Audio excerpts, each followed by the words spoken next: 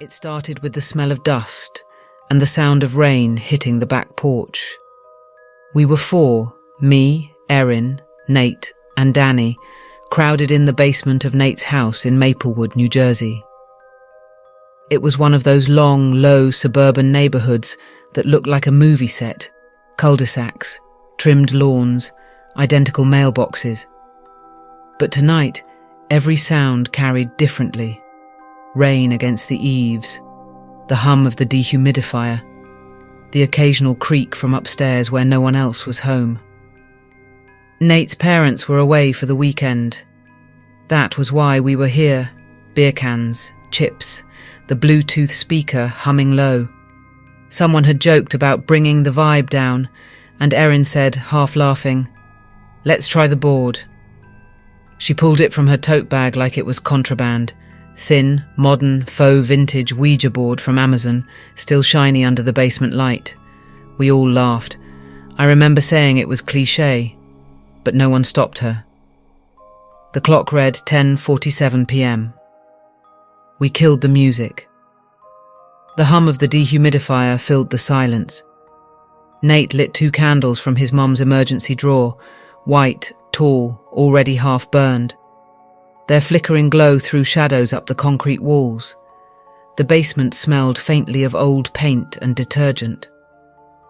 Erin set the board between us on the carpet. The planchette was cheap plastic but smooth enough to slide. She said we had to clear our minds. Nate snorted, but we humoured her. We each put 2 fingers on the planchette. The air in that basement changed, thicker, heavier, as though the damp air had turned dense. Erin said, "Is anyone here?" Nothing. The planchette didn't move. The rain outside picked up. You could hear it slapping the drain pipes like fingers drumming metal. Then a faint vibration under my fingers. The planchette shifted, barely. We froze. It moved again, a slow, dragging pull to the word yes. Danny exhaled sharply, laughed nervously. "One of you's moving it." But I wasn't. I could tell by the tension in my fingertips. That pull wasn't coming from us. Erin asked, "What's your name?" The planchette began to move, faster now, as if something had waited for the question. "Ready." Nate frowned. "That's not a name." The planchette stopped. For a moment, nothing. Just rain, the hum of the light fixture overhead, and the faint scent of burning wax. Then Danny's phone, face down on the floor, lit up by itself. No notification, just the lock screen glowing. Her reflection hovered in the glass, and she flinched like she'd seen something behind her. She turned the phone over, screen dark again. Erin tried to laugh it off. Okay, maybe it's a glitch, but no one echoed her. The planchette shifted again, sliding quick and light. Stay. My throat went dry. We all sat perfectly still, fingers hovering. The board seemed to hum under our hands. Not a sound, but a vibration that ran through the cheap wood. Erin asked, "Stay where?" The planchette scraped across the board. HERE. The basement light flickered once, then steadied. Nate muttered, "Old wiring." But his voice cracked halfway. I noticed then, the rain outside had stopped, but the dripping continued, too steady to be from the roof. A slow, rhythmic tap somewhere deeper in the house. Erin looked at me. Her eyes said she wanted to stop, but her mouth didn't move. I whispered, "Ask if it's someone we know." She hesitated, then asked it aloud.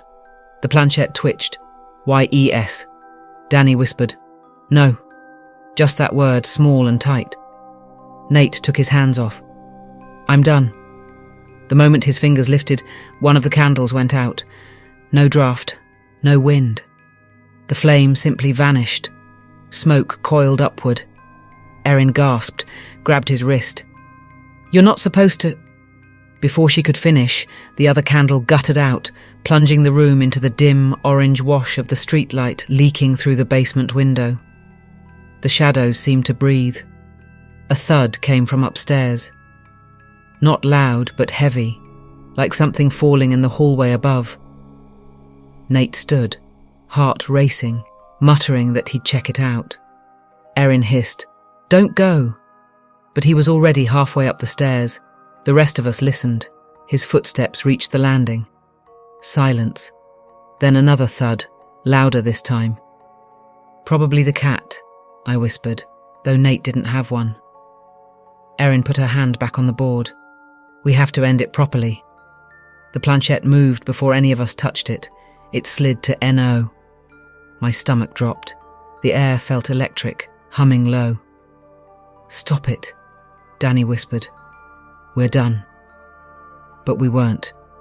From above us came a sudden crash, like furniture dragged across the floor. Erin flinched, her hair brushing my cheek as she turned toward the stairs.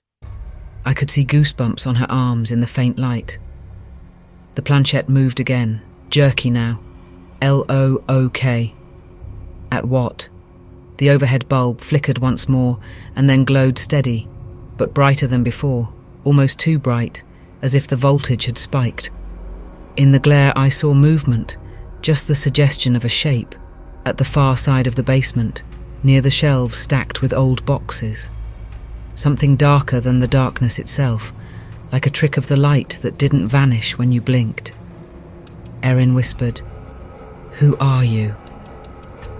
The planchette began to spin in small circles, faster, faster, until it nearly jumped off the board.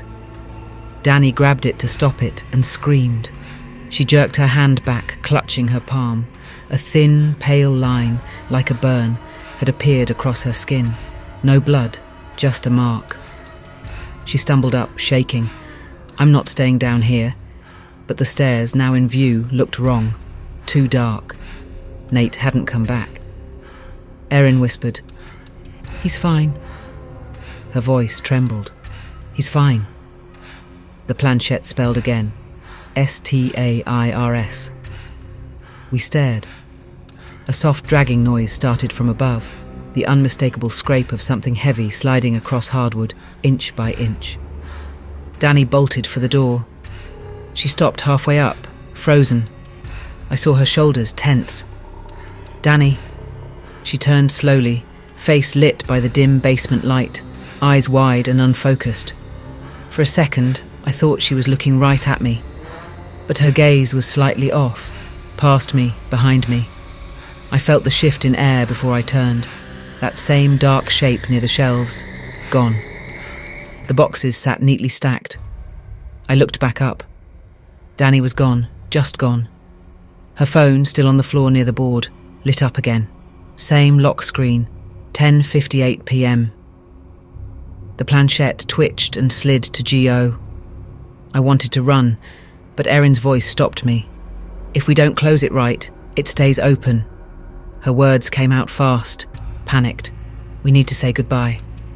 I put my fingers back on. They were trembling. The planchette didn't move. "Say goodbye," she whispered again. It stayed still. Then the bulb overhead popped. Darkness. For a heartbeat, total blackness. Then faint light from the basement window again. Rain had started up outside. I could see only outlines now. The board between us. The faint reflection in the glass of the small basement window. Two figures, mine and Erin's, seated. But in the reflection, there was a third, standing just behind her. I couldn't breathe. I blinked, and the reflection shifted. The third figure wasn't behind her anymore. It was behind me. The planchette jerked violently to GOODBYE. Every candle, every bulb, every surface around us shook as if something released a long-held breath. The air snapped cold. Then, silence. When the lights finally came back, maybe the breaker had tripped, maybe not. The board lay upside down, planchette split clean in two. Nate came running down the stairs, pale and shaking. He swore he'd blacked out halfway up the hall. Didn't remember falling, didn't remember waking. Danny was found outside, barefoot, standing in the rain at the edge of the driveway, eyes open, unblinking. She said she didn't remember how she'd gotten there. None of us mentioned what we'd seen, Not that night. Not ever. But the mark on Danny's palm never faded. For weeks afterward, I'd wake at 10:58 p.m. Exactly. The same minute her phone had lit up. Every time the same sound, a faint scraping, like something being dragged slowly over wood, somewhere just beyond my bedroom wall. I moved out of Maplewood 6 months later. I left the board with Nate, who swore he'd thrown it out.